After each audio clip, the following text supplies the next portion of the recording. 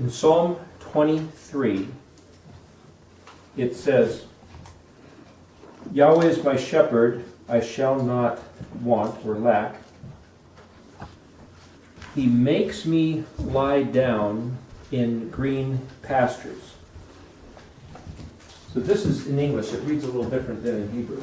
But if we have, he makes me lie down in green pastures, he leads me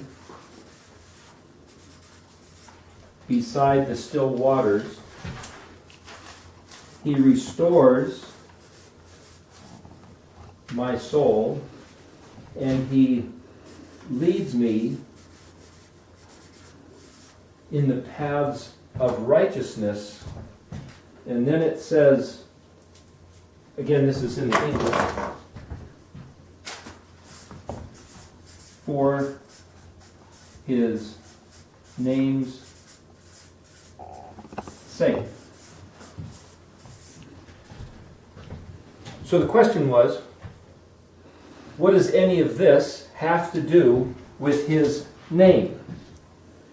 And there was some discussion about different doctrines or different principles about the rest of the sentences here.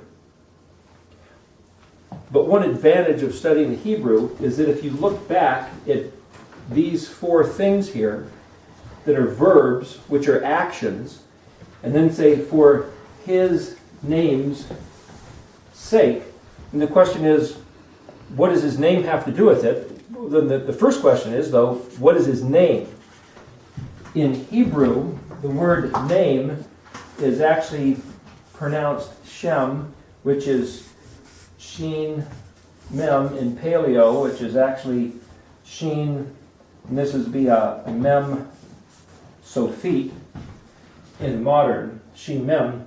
But the word Shem also means name, fame, renown, reputation, your occupation. It also is the word for here or there, or the place where you're at, which could be a physical location, but it's also conceptually. So his name is not just the way we might think of it in English, which is a sound bite. But as a sound bite, his name might be pronounced Yahweh, or some people say Yahuwah, or they might call him Yah or Yahuwah, or Yahuwah, excuse me, like that. There's a number of different ways that one might pronounce it. YHUH, YHVH, or YHWH. The reason why you come up with those four letters in English is because his name, as described in Exodus chapter 3, is in the Paleo letters Yud, He, Vav, He, which in the modern would be Yod, He, Vav, He, which is called the Tetragrammaton, being a Greek word, tetra meaning four, grammaton meaning letters or symbols. So this shouldn't have that line coming back out of it. Make it more clear that way. Yeah. If that's his name, and it says he does these things for his name's sake, it's almost like there's a built-in riddle. And so the riddle, one way to study the language here is to say there's four actions and there's four letters. And in Hebrew, every letter means something. Every letter can be a noun, but every letter can be a verb, as well as other types of regard. These are four verbs. And so if you look at the four letters of his name, Yud, He, Vav, He, as verbs, this letter, which is the Yod, is actually a working hand. And in the paleo shape here, some people draw it where you have a hand like this. And so you might have the shape where it's drawn like that. Or sometimes like that, where it's a hand that's grasping something, like grasping a tool to make something. So that's the letter Yod. The letter He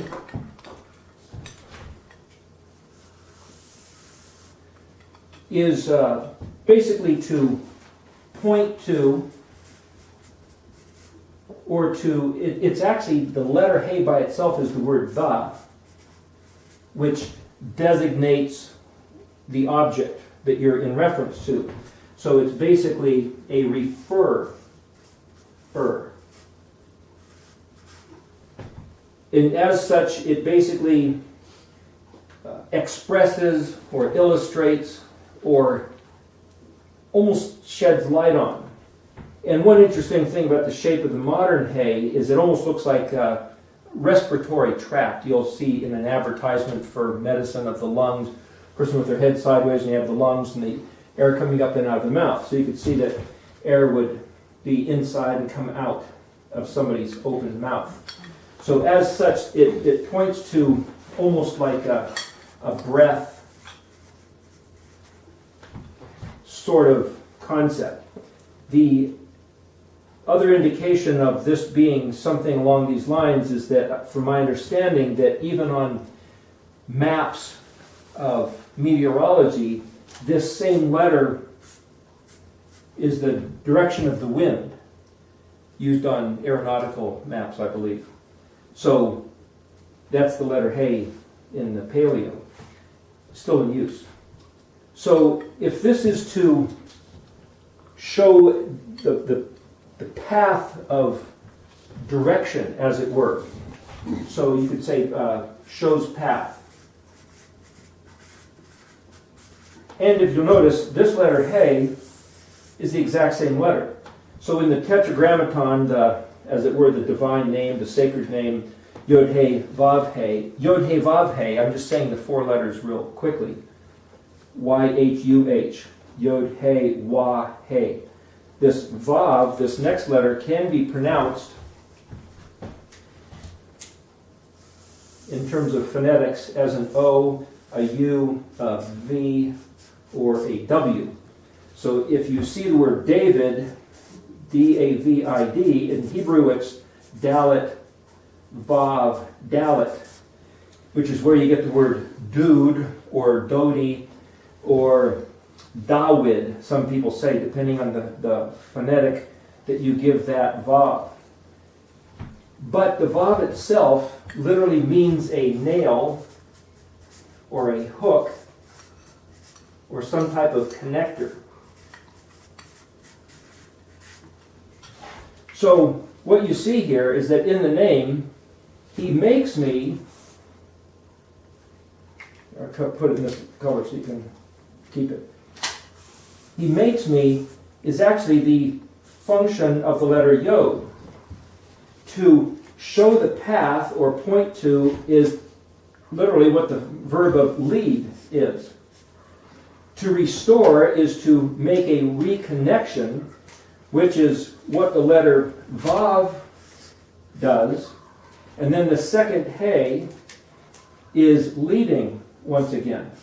So embedded within the narrative of Psalm 23, Yahweh is my shepherd. He makes me, He leads me, He restores my soul, and He leads me again, is encrypted, this code of the name Yud He Vav He. So when it says, for His name's sake, David there apparently had in mind the name Yud He Vav He, Yahweh, or Yahuwah, or Yahweh. It's not the Lord, because if you use four letters L-O-R-D, or Lamet Vav Resh Dalet, you wouldn't get any of this. So this shows us that David was doing something poetically, you might say, linguistically, literally, there's a word that's used for some of the Psalms called a maskil. And a maskil, if you read some translations, they say, well, perhaps it was a musical device or a literary device, but literally the word shakil means intellect and very smart, shrewd, wise in the application of understanding. And a maskil would be an intellectual riddle. And so these psalms that are called a maskil seem to have something about them where the author has encrypted other things than the narrative, but you'd have to actually be able to go back and see it in Hebrew to see what he's doing. So the point of reading Yud, He, Vav, He, you could take it to another level and say the verb that's He, Vav, He, if you look in the Red Dictionary by Ernest Klein, Etymological Dictionary of the Hebrew Language, the one published by Carter Jerusalem that we've mentioned before, it says that verb spelled He, Vav, He is the verb to be or to exist or to cause to exist, because the Yod as a working hand means he will or he makes or he causes, so he causes to exist. But He, Vav, He also means annihilation or destruction, which is to say he, Yud, He, Vav, He, Yahweh, is the one who causes everything to exist, also the guy who has reserved for himself the job description of making everything cease, no longer exist.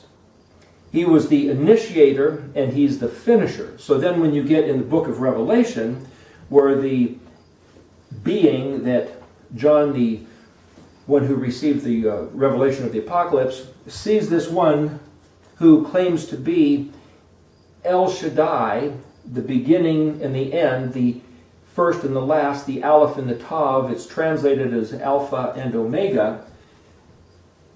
It's also the same one who initiated everything, caused everything to be, and the one who's going to wrap it all up and conclude it at his particular timing. Many different levels that you can read a particular word. This is just one. One of the things we were saying about the name Yud He Vav He is that the people of Israel were instructed to wear zitziot, which are these things that fly, little fringes on the corners of the garments. And they were supposed to have one blue thread. Moshe, when he and the 70 elders were up on Mount Sinai and taken up to the occasion of being in the throne room in the heavens, saw that there was this sapphire pave work of, as it were, stones or tiles or something on the floor that were sapphires, generally regarded as blue, though it does come in other colors that we know of. But so this notion of the Creator, he said about wearing the zitziot, you will look at this blue thread, you will look at these fringes, these zitziot, and you will remember that I told you what to do so that you get the blessing instead of betraying what I told you to do and you end up getting the curse. So blue seems to be basically a color that reminds us of the Creator. The purple was the next color used in the embroidery. It's always blue, purple, red, white. Well, purple basically is like royalty, royal instructions, royal decrees. And so the way I see this is that the purple color is like the Torah, the instructions of righteousness, that we are told the Creator's ways. So like He is a respiratory tract, it's the expression, the breath of the Creator. So Yod He, which is the word expressed as Yah, would be He makes and He discloses, He tells, He leads. He, the Maker, has led us into His ways. Then the red color, which Adam, Adamah, earth, and Adam, the man, basically meaning red, blood being red, you could say, well, Vav is the number 6. He is the 5th letter. Vav is the 6th letter. He is the 5th letter again, and Yod is the 10th letter. Just for what it's worth, 10, 5, 6, 5, which is a total of 26. as a numerical count for the letter value. But the vav, some people say, well, the number of man is 6. There's nowhere the scriptures tell us that. But as a man, you could say, well, the color red is man. That's Adam. So here you have the Creator, referenced by blue. You have, he leads me by giving me his Torah, his instructions of righteousness, which is like the purple, the royal decrees, and then the vav, the man. Now you could say, well, he made man in his image. And then in the Brit Hadashah, the New Testament, it talks about the Word became flesh in the Gospel of John and dwelt among us. And Yeshua, according to the narrative, refers to himself as the Son of Man, or Ben Adam.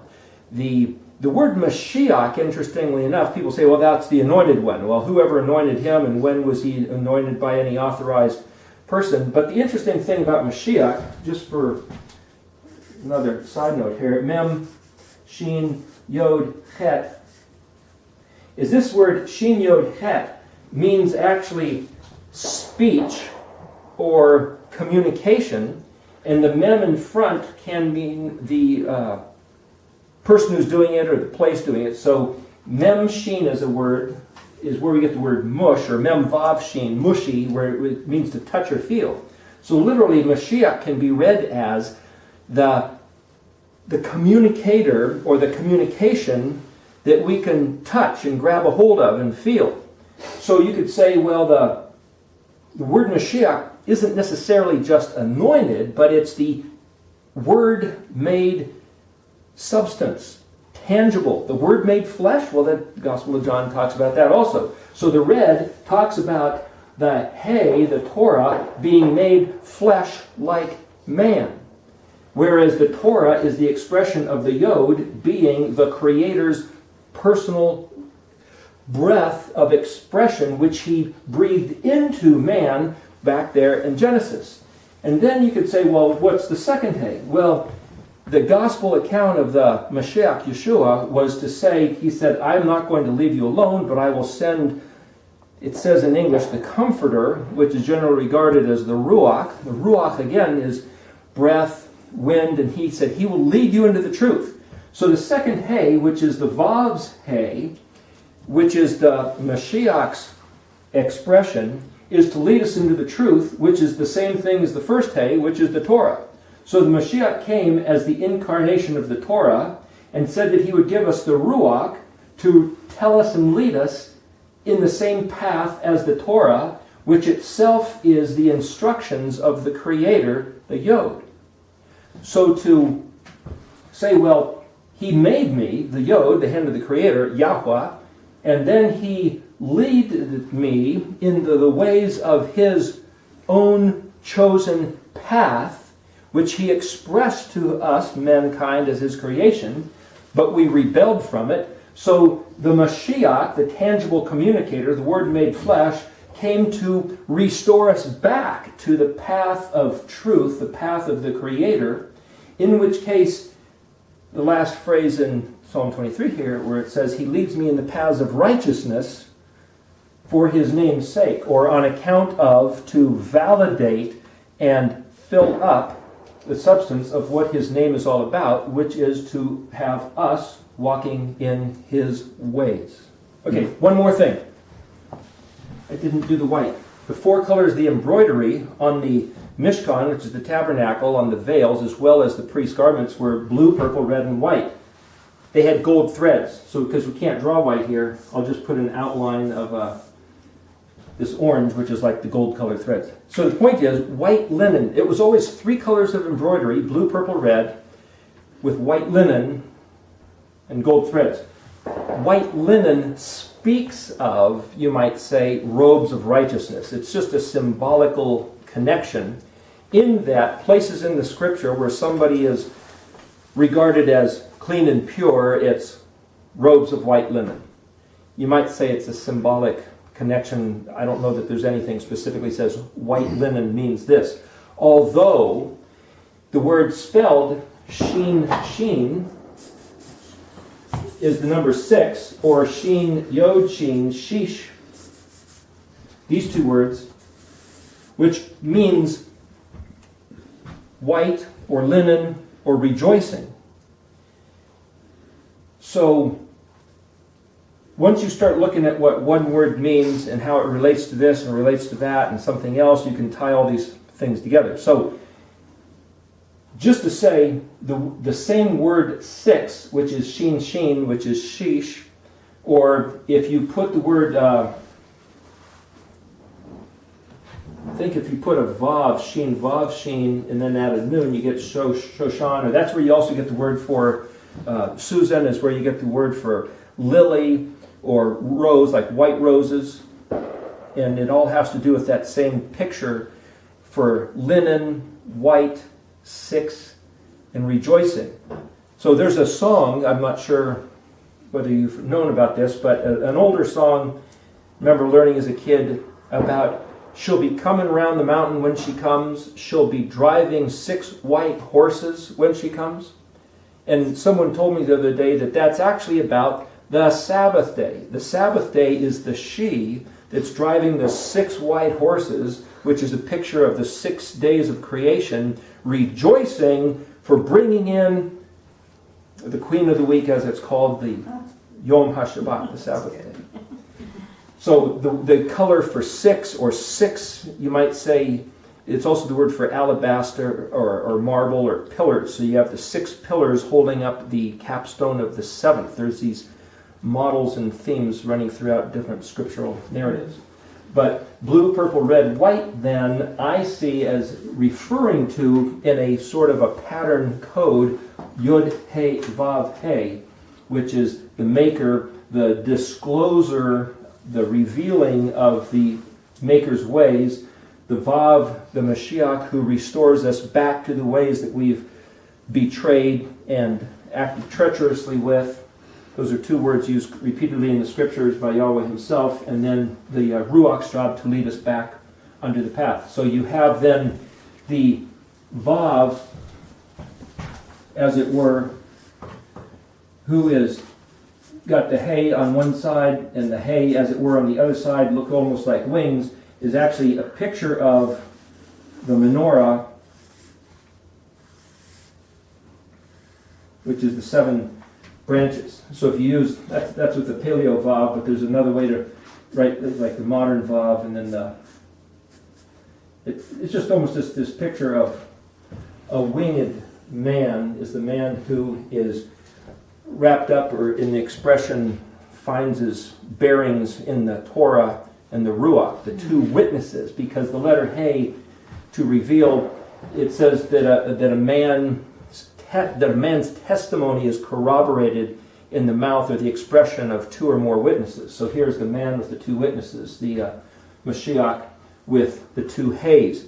And just for the record, whether this is Yeshua, HaMashiach, or whether this is Israel, the nation group of people, Yahweh's people, being Mashiach, meaning they are the ones who are putting into feeling tangibly everything he said, or whether this is, as I believe that some regard, every generation has a Mashiach sent to play into the role, where they're actually bringing the people of Yahweh back to the Torah and leading them on his paths.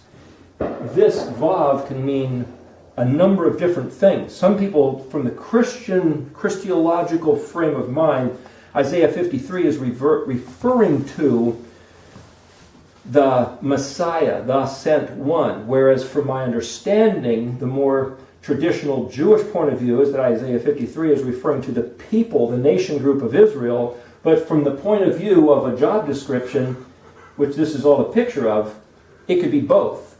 We don't necessarily have to choose one or the other and say the other group's wrong. Blue, purple, red, and white, Yud, He, Vav, He. So if you have zitziyots that some people make in those 4 colors, you can see the colors and realize that's his name in color. The color of an embroidery on the Mishkan, the tabernacle, and on the priest's garments is also his name in color. So we've done some graphics using those colors, blue, purple, red, and white. This is why, and that's what it refers to. We're going to do a look at Yeshayah or Yeshayahu, which is Isaiah 35. Just for what it's worth, in the Red Dictionary, if you go to page 266, you'll see that the word spelled Yud, Shin, Ayin means to deliver, or salvation, or welfare. So the word Yeshayahu, or Yeshayah, which is translated Isaiah, is actually to be read as, remember, what Yud He is pronounced as Yah, or Yod He Vav would be Yahu. So, from my understanding, the Assyrians used to ridicule and mock and sneer at the Israelites by using the name of their Elohim, their deity, their God, against them, by calling the Israelites that they had taken into captivity, defeated them, slaughtered them, turned them into slaves, mocked them by calling them Yahoos. Bunch of Yahoos, because their name of their deity was Yahuwah, or Yahweh, or Yahweh. So, Yahu is actually quite often used as the last three letters of one of the prophets' names. Yeremiyahu and Yeshayahu and Eliyahu. There's various other ones throughout the scriptures. But just so you know, it's written both ways in the book of, this is commonly known as Isaiah. But the letter Yud became the letter I and also the letter J, which is where you get Jah, as in Jehovah. That's where that word comes from. But it's these last three letters, I-A-H, which is actually Yahoo, which is actually to say this is the man who is expressing the deliverance and the salvation of the Elohim Yahuwah. So, if we apply the Eriktology method, in 2011 did a class talking about how to break down words according to the 1-letter, 2-letter, 3-letter, 4-letter word groups, and then you might say reverse engineering, looking at the spelling of the word and breaking it apart to find out what are the words and concepts are embedded within that word. You can look at prefixes and suffixes, you can look at verb roots, but then in verb tenses you might say, but then by simply looking at like this 3-letter group, and you can look at like this 3-letter group, and you can look at that 3-letter group, and that 3-letter group, that 2-letter group. Some people regard this as an invalid mechanism. Some people have said that the regard of looking at Hebrew by the ancient letters and trying to read what's in a word is of no consequence, and there are some Hebrew scholars recently who have scoffed and mocked and sneered at this very device, this translation mechanism. And you could say, as we discussed a little bit ago on the previous tape we just did, here it is 2013 in Montana, USA, we talked about the name Yud He Vav He, and the fact that Yud He Vav He, Yahweh, in Psalm 23, actually what's embedded within the word spelled Yud He Vav He is that he wants to restore us to his ways. The whole bottom line point of looking at these words this way, what I've found is that it's restoring us to his ways. So to go back and look at words this way actually restores the path that Israel is supposed to be walking on. And I've found numerous verses that can be retranslated with this mechanism, a different technique than just looking at a concordance or a typical dictionary or taking some Greek or Latin or English or some other modern languages rendering of what they suggest these Hebrew words meant.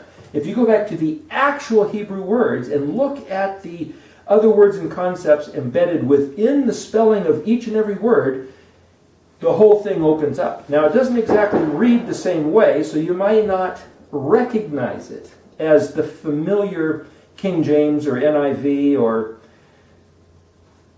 Stone's Tanakh or whatever translation you might be used to. But I wanted to take this occasion to present Isaiah 35 as showing you where this goes, because in the class I was suggesting that there was this device, this tool, this mechanism to use to find out what the words say, and we went through a few words. Let me start off with just the very first word of Isaiah 35 here. In this translation, this is Stone's Tanakh. It's real nice and easy to read the Hebrew here. The first word is spelled Yod, Shin, Shin, Vav, Mem. Now, in this particular chapter of Yeshayahu, there's 10 verses. And it actually took us a couple hours couple weeks ago to go through every single word with this mechanism. I'm not going to do that at this occasion. We can do that if anybody wants to call up or have me come visit you, and we can go through this. I've done hundreds of verses, literally hundreds of verses with this mechanism, and I'm happy to sit there and walk through the process of doing this with anybody who wants to look at any verses in the Scripture, the Old Testament where we have the Hebrew. But this says, the wilderness and wasteland will rejoice over them. The first word here is Yod, Shin, Shin, Vav, Mem. The next word is Midbar. So you could say, then the next word is Vav, Zadi, Yod, He, which would be the wasteland, and Midbar would be the wilderness, and the first word is actually rejoicing. But see, this says the wilderness and wasteland will rejoice. What I'm trying to show you is that the English structure of a sentence doesn't match the word's placement in Hebrew. And then you could sit there and say, well, this word Midbar is wilderness. As a matter of fact, the book of Numbers in the English Bible, it's called Numbers, but in Hebrew it's called the letter Bet, and then the word Midbar. The letter Bet is a prefix meaning in, and the word Midbar is wilderness. So in Hebrew, they refer to the book of Numbers as in the wilderness. So if you read in the wilderness, and in English it's the book of Numbers, those two aren't remotely the same. You wouldn't even know you're talking about the same book. So why does one people refer to the book as in the wilderness, and the other people refer to the book as simply Numbers? It makes you realize something's going on with the translations. Somebody doesn't want somebody else to follow on the same track. And then when you say, well, I'm going to just look at the first word here as wilderness, and if you don't know Hebrew, you might look at the first word here, spelled Yod, Shin, Shin, Vav, Mem, and think, well, that must mean wilderness, but then you look up in the dictionary or the concordance online or something, and it doesn't mean that. It means rejoicing. Ah, gosh, how am I supposed to figure this out? The more you know, the easier it is. You get this red dictionary, it makes it a lot easier. But I want to show you how to apply this other method. So here we have Yod, Shin, Shin, Vav, Mem. As I've said before, for whatever reason, it just seems like if you start at the tail end, which is the left-hand side, because Hebrew is read right to left, it just seems to be a little easier to dissect these words. So if you look up in this red dictionary, Shin, Vav, Mem, as a word, all by itself, without these other letters, Shin, Vav, Mem literally means to fix, set, or impose. What's that got to do with rejoicing? It's like a whole different word. Completely a whole different context. Another thing that I've said, and I'm just saying this in order to act as a reminder, as a trigger, so that if anybody's watching, that you might say, oh, that's right, I see how that fits in now, is that you can take the letter Vav and the letter Yod, and you can stick them in between other letters. Sometimes it changes it, a lot of times it doesn't. It kind of affects the word. But quite often, if you want to know what this three-letter word means, if there's a Vav or a Yod in the middle, like this letter Vav here, take it out and look at the word spelled Shin Mem. Well, the word spelled Shin Mem happens to be the word for name. It's also fame. It's also renown and reputation. It's also the word for there. And also here, even though the word here is also a different word, but it's as being the word there. We're just going to look at this one for a second. It means where something has been set and established. Now actually the word spelled Shin Tav is to set or place or fix. It acts as a foundation. So there's other words which mean the same thing, like a thesaurus would tell you in English. But I'm just trying to show you how to break down this word. And so the fact that it means there, or to set or fix or impose, there are other words, but this is the word chosen. Shem is where you're at. If something has been fixed and set and imposed by the Creator. Now here, the letter Yod is the working hand, the hand of the Creator. Now that doesn't mean that any word that has a letter Yod in it necessarily means that in the text of the narrative it's referring to the Creator's hand. However, the Eriktology study, and again, detract for a moment, this word Eric comes from the Hebrew word spelled Ayin Resh Kaf. Eric. And it means to set in order, to place, to arrange, to give an appraisement of a value, and to organize it in such a way, columns and rows, like you might have an accountant do, where you can attach a value or an importance to something that was otherwise disregarded because it was so jumbled up and that you couldn't make heads or tails or sense out of it. So literally the word Ayin Resh Kaf, spelled Eric, or pronounced Eric in Hebrew, literally means how do you determine something's real worth or what it's really saying. And the word tology is not Hebrew, but that's just scientific study, you might say. So basically, we're saying Yod Shin Sin Vav Mem, they have told us it simply means rejoicing. So if you look up in Strong's Concordance or the dictionary or the translation, they might just say, the wilderness and wasteland, it actually says will rejoice. It doesn't say rejoicing, it says will rejoice. If you look in the dictionary under the word spelled Yod Shin, it means is, or real, or to exist. It also means possession or property. Now the thing about the Eriktology model is that not only can you just look at a word for its own value, but the way it fits into the context of the narrative, of the storyline, of the scripture that you're reading, but based on this thing we call the Mishkan pattern, this code which is embedded within the original Hebrew alphabet of 22 letters.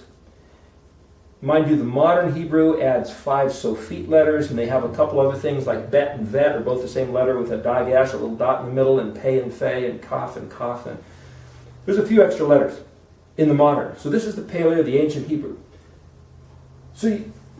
But within that pattern also is that the alphabet itself, starting with the letter Aleph as a prefix, can mean I am or I will. Therefore, the letter Tav at the end meaning that's the completion, it's a done deal, the Aleph has been Tav, the plan has been accomplished, that the 22 letters of Aleph through Tav are actually the first person present tense, the speaker who has spoken this 22-letter sequence of the alphabet is the one that it's talking about.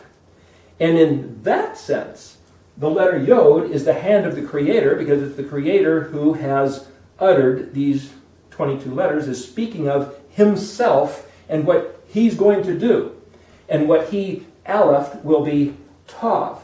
Hence the book of Revelation, the one that John saw, said, I am the Aleph and the Tav, the fourth word of Genesis, Bereshit, chapter 1, Bereshit bara Elohim, Aleph Tav, et, that word. The point is, you could then the premise here with Eriktology, you can then read any word as speaking of the declaration of the author's intention, which doesn't necessarily sound or look the same as the narrative, but it doesn't disagree with the narrative. But the whole thing can be read different than the narrative, which is to say there are different ways to read any particular scriptural passage. So just to show you this one word, and then we're going to go through the entire chapter of Isaiah 35 and then focus in on 2 verses if we have the time to do all this. Yod Shin means Israel exists. It's also possession or property. Well, whose possession and property?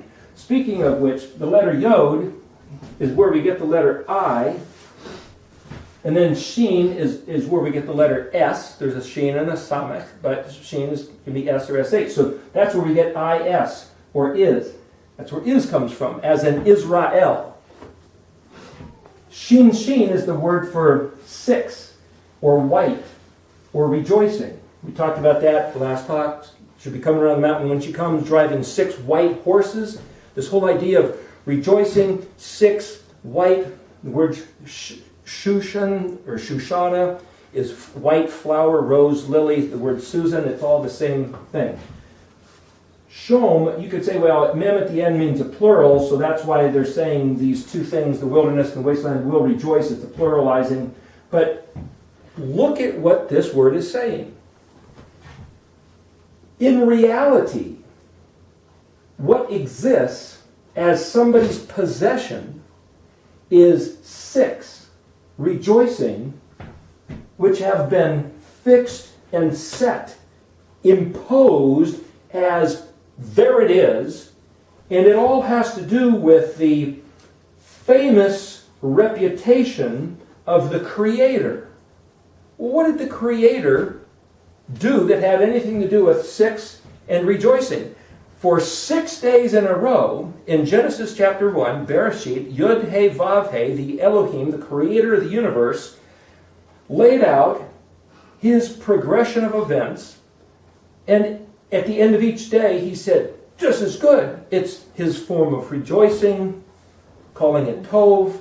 And he says, that's great. That's just what I had in mind. This looks real good to me. 6, he established.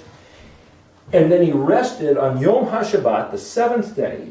And he says, by this sequence, I established my reputation. I'm the guy, out of all the possible deities, gods, mighty ones that anybody else might describe, I will be known as Kanah Shemayim Ve'ha'aretz, the maker of heavens and the earth. 6 days making the earth, the 7th day resting. That's my claim to fame. And it's a great one, and he rejoiced. Now, he also then, in the Brit Hadashah, the New Testament, it talks about the Sabbath day was made for man, not man made for the Sabbath. The Sabbath day was made for man. What was man given as a possession? Yahweh made the Shabbat, apparently called it his own, and gave it as a gift to mankind. A gift for his own recuperation, restoration. The word recreation, we think, oh, let's go out on our boats and our ATVs and whatever we're going to do. That's recreation. Let's go play sports. But recreation in English is, you might say, as it's spelled, recreation.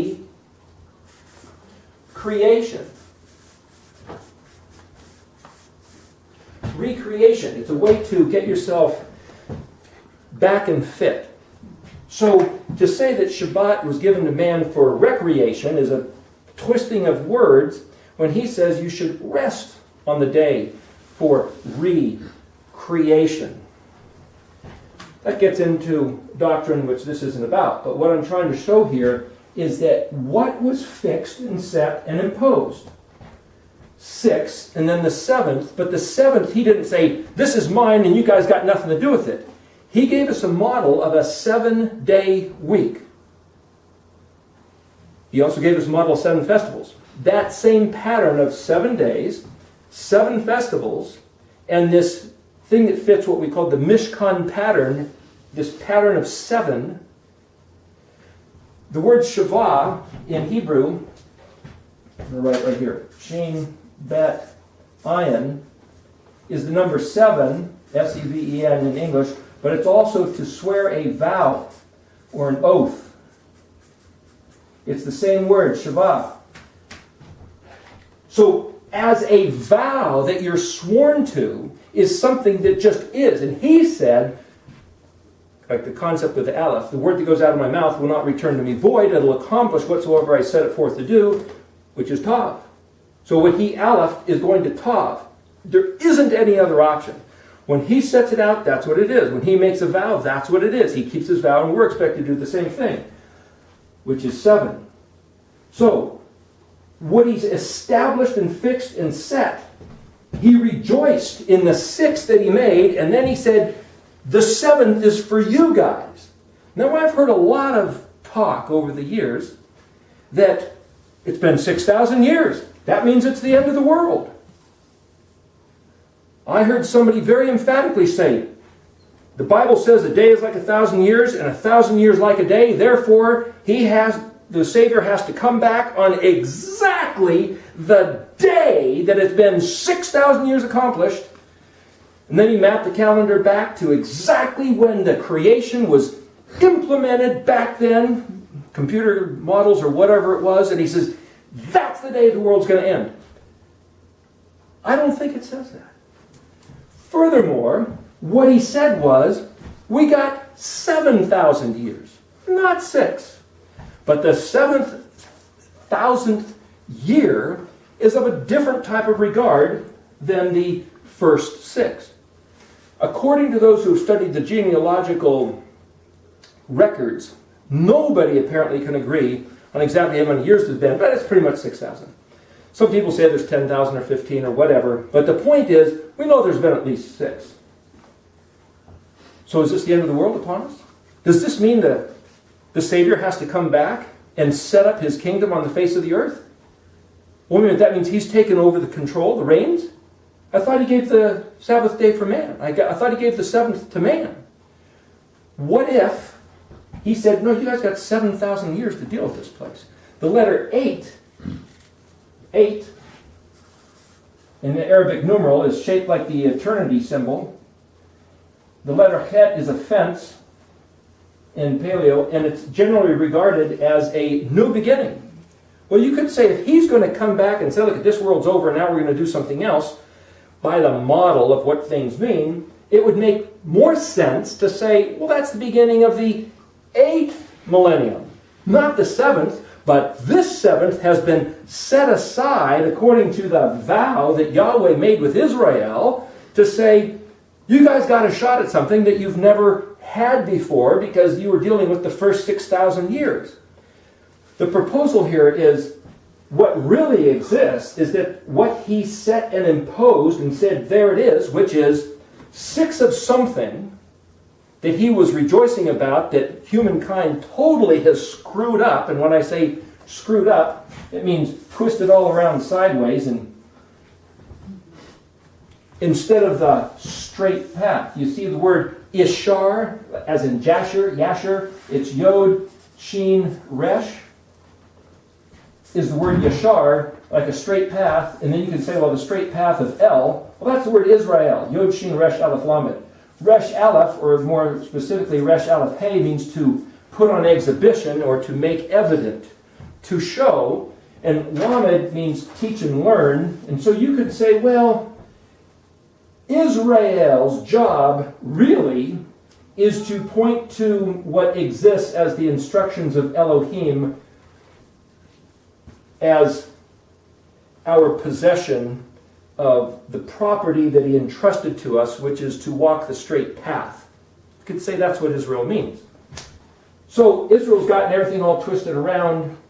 for the first 6,000 years, and so for 6,000 years, Israel has been pretty well tormented and hasn't been living up to its possible lifestyle. But if he said, look, I've given you 7,000 years, and the seventh millennium I've held apart for you guys to rejoice in, as I rejoiced in the first 6 of what I made, I'm just reading what's in this word here. But we just said, we'll rejoice. Well, why will we rejoice? Why will the desert and the wilderness, or those places that have been dried up, why will they rejoice? If Israel comes back to the midbar, again, the word midbar means wilderness, but the word dabir is word, matter, thing. That which was spoken. The dabir, is also a raft dragged behind. It's a drover who goes behind a herd and drives it on forward, so it's behind. It's also at the end of the day where the herd is driven to, which would be the pasture, but it's also a pestilence or a plague, or that which comes after we have failed to keep his instructions of the Torah, which is what's happened for the last 6,000 years. So the midbar can be seen as also mem being a prefix of the bear, a speaker, or the place of words. Well, what's a place of words? Language. Language is a place of words. So it doesn't necessarily just mean wilderness. It might mean language. Now, someone might say, okay, there's no vowel points here, and if you look at the vowel points in modern Hebrew, it changes the word, what it means, depending on the points.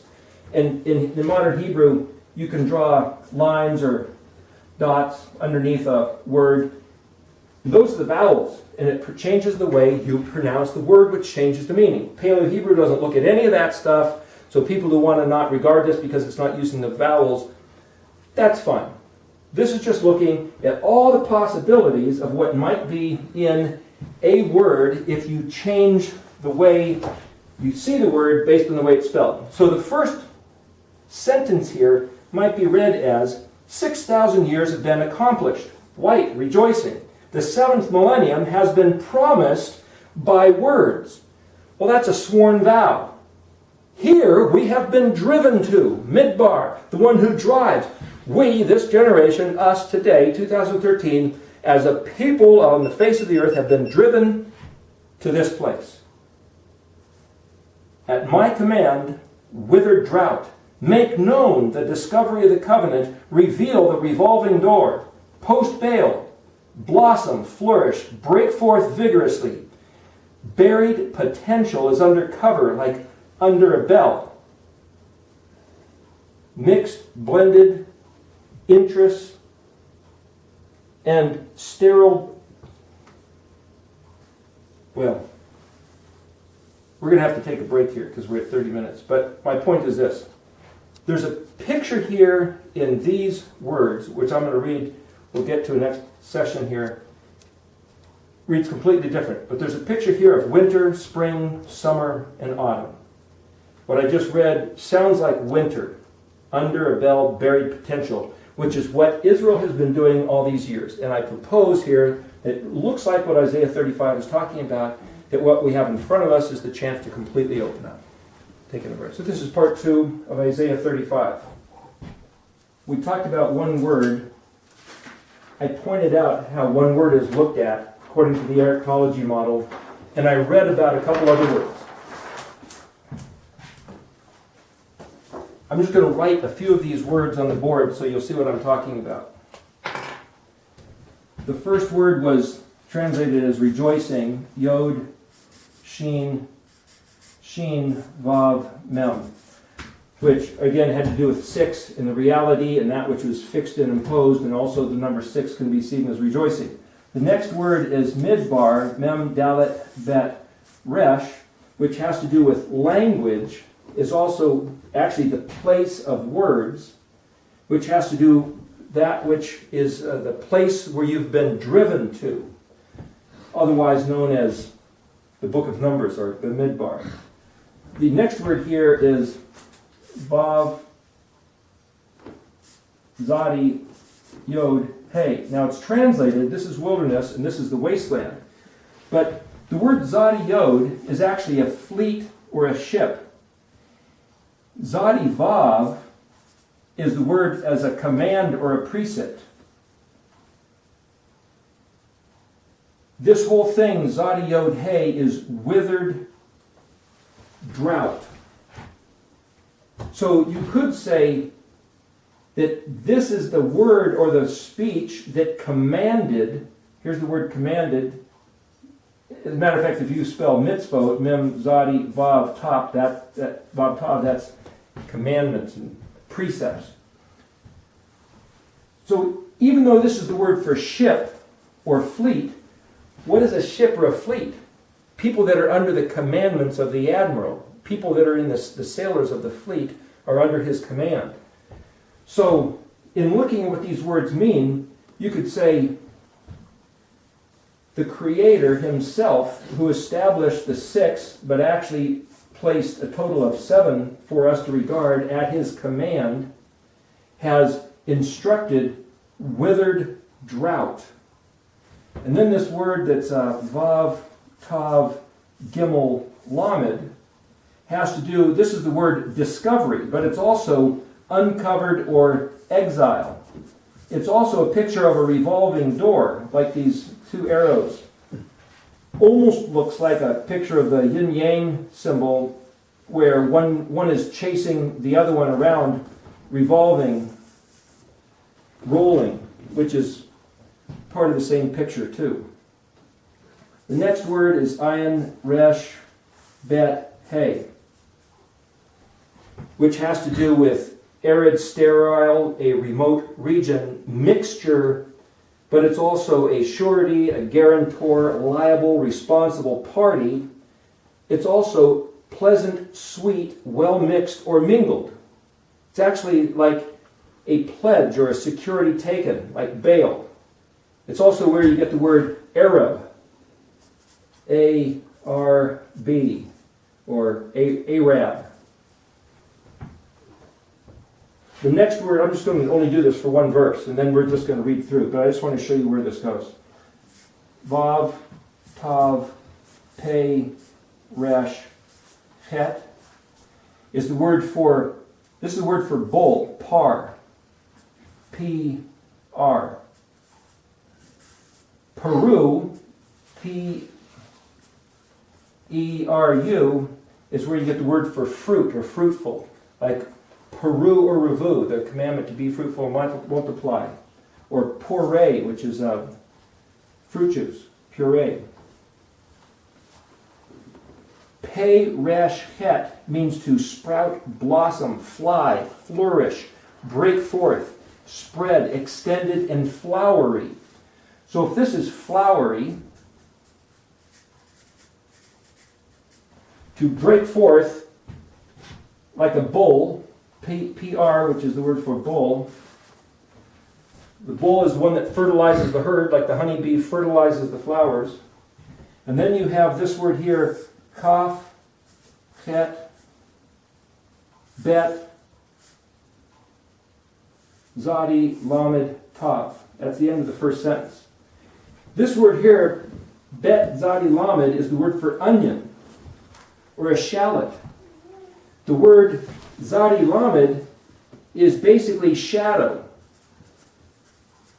Well, if this is onion and that's shadow, Kaf Het is the word for strength, power, force, or vigor. So if this is vigor, and as vigor, it's one person overwhelming another, so it also means subdued.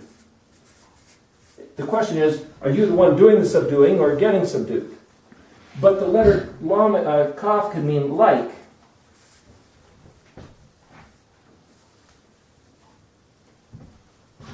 If this is onion, it's something that also means to grow like a bulb. So you could take this as being 6,000 years have been accomplished. The 7th has been promised by the words as a sworn vow, because what he says he's going to do, here we have been driven to. At my command, whose command? Well, if Zadi Vav is the command, Zadi Yod is a suffix, of the Zodi basically means mine. So you could say, at my command, the Creator's command, there has been withered and drought. And if you look all through the Old Testament, you'll see that Yahweh has said to Israel, because you betrayed me, you acted with treacherously my covenant, I have brought the curse upon you, I have brought the wild animals up, I have empowered your enemies, and I have chased you guys with the sword and pestilence and plague, which is all Debir, and I have ruined you and been your worst adversary that the devil wished he could have been, but this was all Yahweh's doing to Israel. Yahweh himself, all through the Old Testament, the Tanakh, the scriptures, he has said he was the guy that was going to do all this havoc. Yodevave, remember, means, Yahweh means, I will establish and create and make it exist, and I will annihilate it from existence, which is what he's done to Israel. Then, make known the discovery. Tav would be to say that this ought to happen. So it's pointing to, and remember, not only is it exile, but it's also discovery. Or to be brought out into the open. So the Tav at the beginning or the Tav at the end, some words have translated as past or future, and I've seen that some translations don't seem to know which it is, so you could regard it as either one. So this is saying that this should happen. Make known the discovery. Tav is the sign of the covenant. Make known the discovery of the covenant, or reveal the revolving door. What's the revolving door? Yahweh says, you guys can come in if you keep my words, or I'm going to kick you out and let the door hit you on the backside as it throws you out into the world, into exile, if you don't keep my covenant. That's the terms of covenant, which is the revolving door. That's the big revolving door of the Scripture. To post Baal, or to, as it were, make something pleasant or sweet, a ravah. In other words, how do we get out of this mix? In order to bring forth the blossom of flourishing, break forth vigorously the buried potential which has been growing, as it were, under the ground like an onion, like a bulb, under the shadow. Something like in winter, where it looks dead on the surface, is actually quite alive underneath, where it's being sheltered from what looks like withered drought. So what I'm saying by the picture here is that all of this essentially has a feel of winter. But as we know, in winter everything just looks dead. It's not dead. It only looks like Israel has been forsaken by Yahweh. It hasn't been forsaken. It only looks like Israel doesn't have a chance to emerge back into the prestigious nation it was meant to be, but it betrayed itself when it betrayed Yahweh. What this is saying is that just like spring comes after winter, when Israel goes back to the terms of the covenant, Israel will spring forth again, which I find these words repeatedly all throughout the Scripture. The next words, which we're not going to go into the next sentence, but this is what it says. Blossoming, blooming, like wild flowers extending. Sounds like springtime. Make known the discovery of covenant. Reveal the revolving door. This exact same word is used again. And then there's this. This doesn't read so pleasantly, but for the sake of just getting these words in your ears on this camera, I'm just now going to read through the rest of Isaiah 35. Flowery nose, exiled because of nose of wrath. The door turns again in its time. Rejoice, dance and sing with exultation. That sounds like summer. Ringing cry, shouts of joy, loud, running, yelling, reverberating like a bell gong.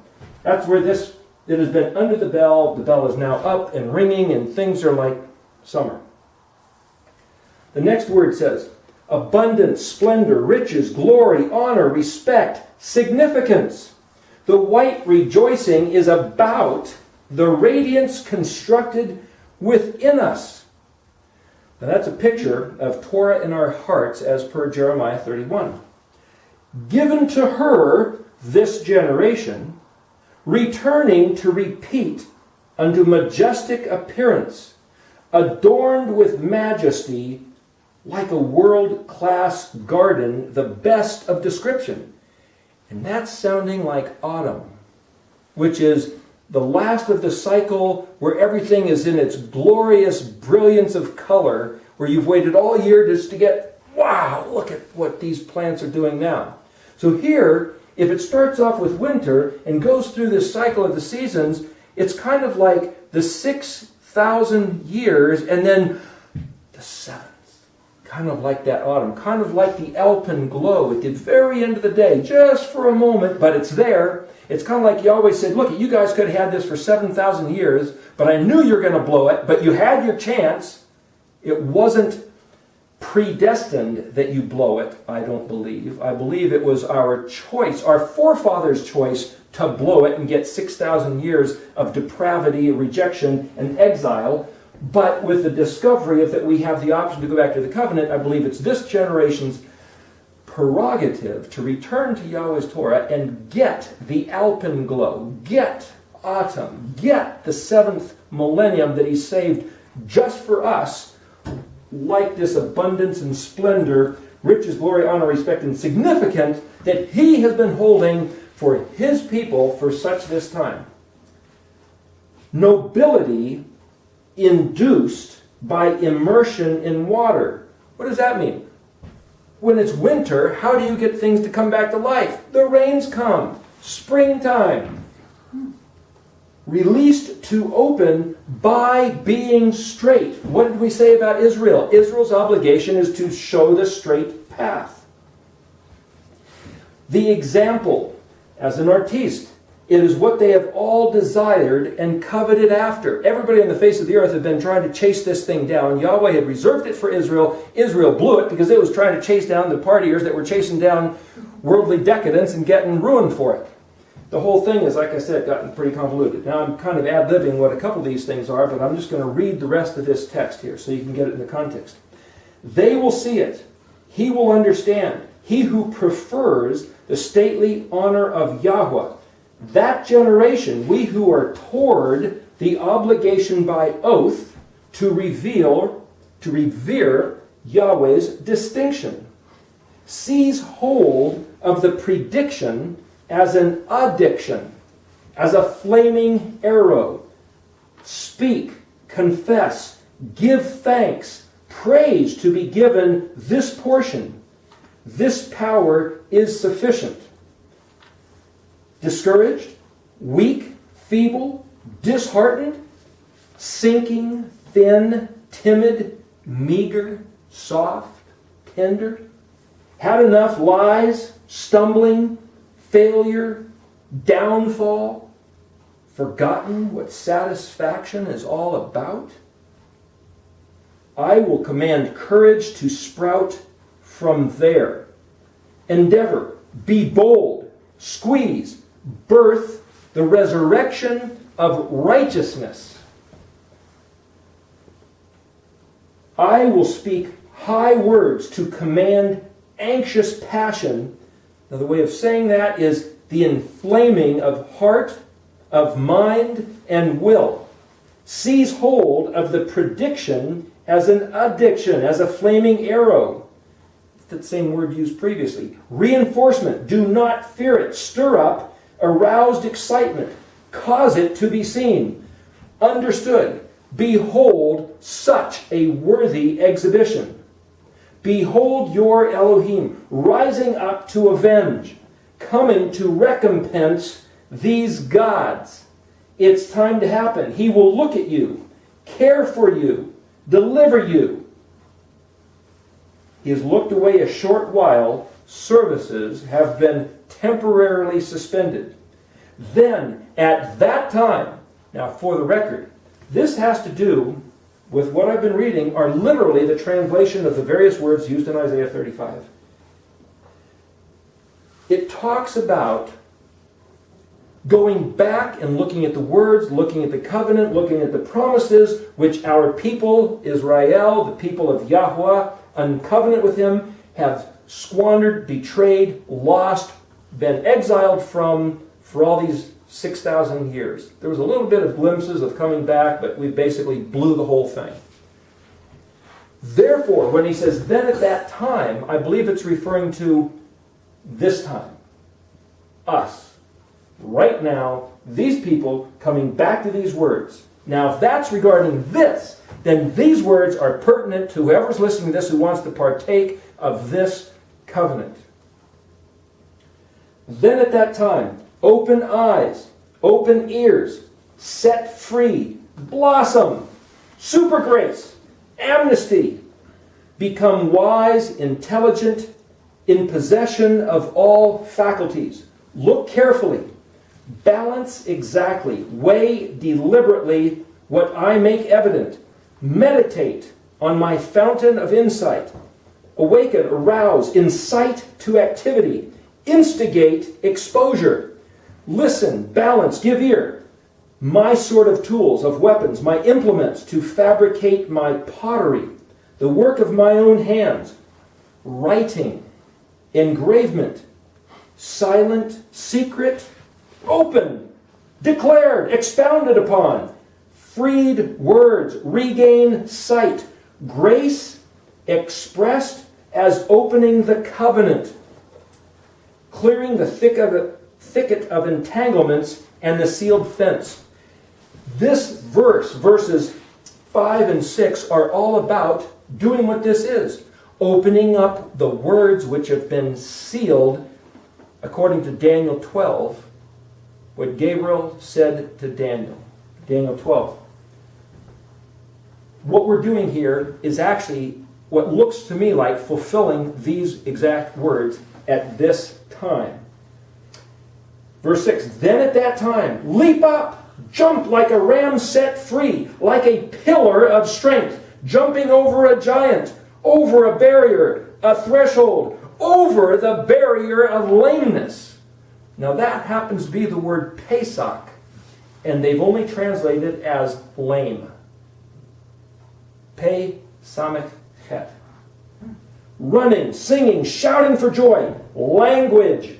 I will gather them together, for by my own hand I will break open, storm, take by assault, set ablaze and blow, split apart words. As was spoken of in the desolate place, pronounce recovery. In wilderness, waters. Torrents, ornamenting as jewelry the sickness of drought.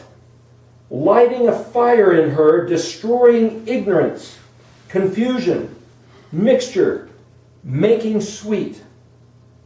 It happened, the scorching burning heat, inappropriately impounding the waters, causing sadness, mournful souls, torture by thirst, because speech is a spring of water. Bubbling, flowing water creates sonship in us, as a beautiful meadow adorns and glorifies a dwelling place. Sea serpents, crocodiles live in the swamp of miry water. A garden of herbs surrounded by a wall, set apart and partitioned. All pivots, like a door hinge pivots, in taking possession, jealously owning it and drinking it up voraciously. Claim it as one's own. You've got to be thirsty for this and take these words. It is the to be known as. Now there's this future thing that he's saying. What this will be known as. The exalted highway. The journey of journeys. Magnificent adornment of your generation. Instruction of the Kadosh. That's all what this study has been, the last few years that we've been talking about. What do these words mean? Aleph is an ox, Bet is a house, Gimel's a camel, Dalet's a door. It's not about ox, house, camel, door. It's about Yahweh having a plan to make the world, set it in motion, and come down here as the door, to reveal the door as the man who would be slain, put into the tomb, sealed, and yet by his hand he did that to restore us into his household. That's A, B, C, D, E, F, G, H, I, J in English. That's the instruction of the Kadosh. These are Yahweh's own feelings being expressed in these words. The glorious fruit of the tree of knowledge, majestic mantle of splendor, guiding to read, calling to her, inviting to assemble, to learn, to proclaim. That's the word Vayikra, as in Leviticus. Vayikra means to call, to assemble, to teach, to read, to proclaim the words of the Exalted One. Kuf Resh Aleph. Not overlooking our uncleanness, our defilement, our stupid impurity, we are not pregnant with a tumor. Now these are words in there. It's like we were impregnated. Israel was given within the seed, which is the word of Yahweh, to bring forth life. We, to them walking, proceed along the flowing course as instructed, as a bent bow, ready for its useful purpose. Veil foolishness. Do not stray, stagger, cause error by twisting, distorting, deviating, misdirecting, or bending to ruin. Do not cause the existence of fiery, pillaging harvest. Your own hands create the lion of ravaging destruction. Priest, savage, cruel, lawless, pirates, prostitute. These are all priest, pirates, prostitutes. The word is paretz, that which breaks things apart. Just the relationship between the English and the Hebrew. Unrestrained obscenity breaks open a breach which spreads a lifestyle deficient of benefit, no usefulness, worn out effectiveness. Do not invent the way there. Do not find that path. It will pollute redemption. It flows with defilement. Salvation itself is delivered up over there. And it makes me think of a lot of the movies that we make and the things we talk about and the things we dwell our minds on, which is exactly this stuff. It's like we're showing the path of defilement, which is crushing our own hand of strength. We should be pursuing a whole different course if we want this thing restored for ourselves. Rescued of Yahweh, I become his prisoner.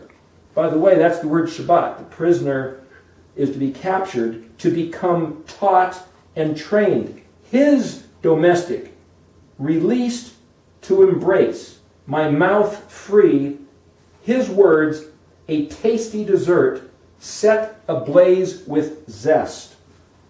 So that then, in other words, we're talking about wilderness and dry, such that this word Zadi Yod being a ship, the reason it's called a ship is the same word for dry, is that the ship on the waters is the dry ground. So the dry ground is his ship upon so much water. In other words, this is a poetic form of saying Israel has been cursed and the entire planet has been cursed because of Israel, where we're all in an arid condition. But Yahweh will, when Israel turns around, provide so much water that the only dry ground left will be on Yahweh's ship. And his ship is one under his command. It's a play on words thematically. Violence is rattling, ringing, rejoicing. In other words, if you're going to be aggressive and violent about something, he wants us to be violent about rejoicing and singing with ringing cry. One who takes up fire, instead of fire to pillage and burn and torment each other, it should be taking up fire with festivity and feisty gladness. That's what these words are saying. I'm just reading the definition of these words here. This is not made up on my own prose or sermonizing. Anyone's injustice, in the light of Israel doing what it's supposed to do, would be such an obvious offense, it will be seen as the venom of an enemy.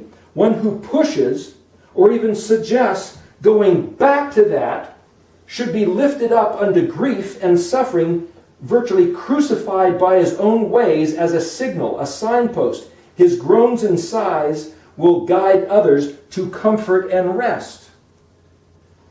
Zion is a signpost of one who obeys. A warrior is one who chooses to recover health, bringing to one who is broken the pleasures of life, vitality, the best, exulting. 6 white alabaster pillars An authority is one who elevates his banner to move away from oppression. That's Isaiah 35.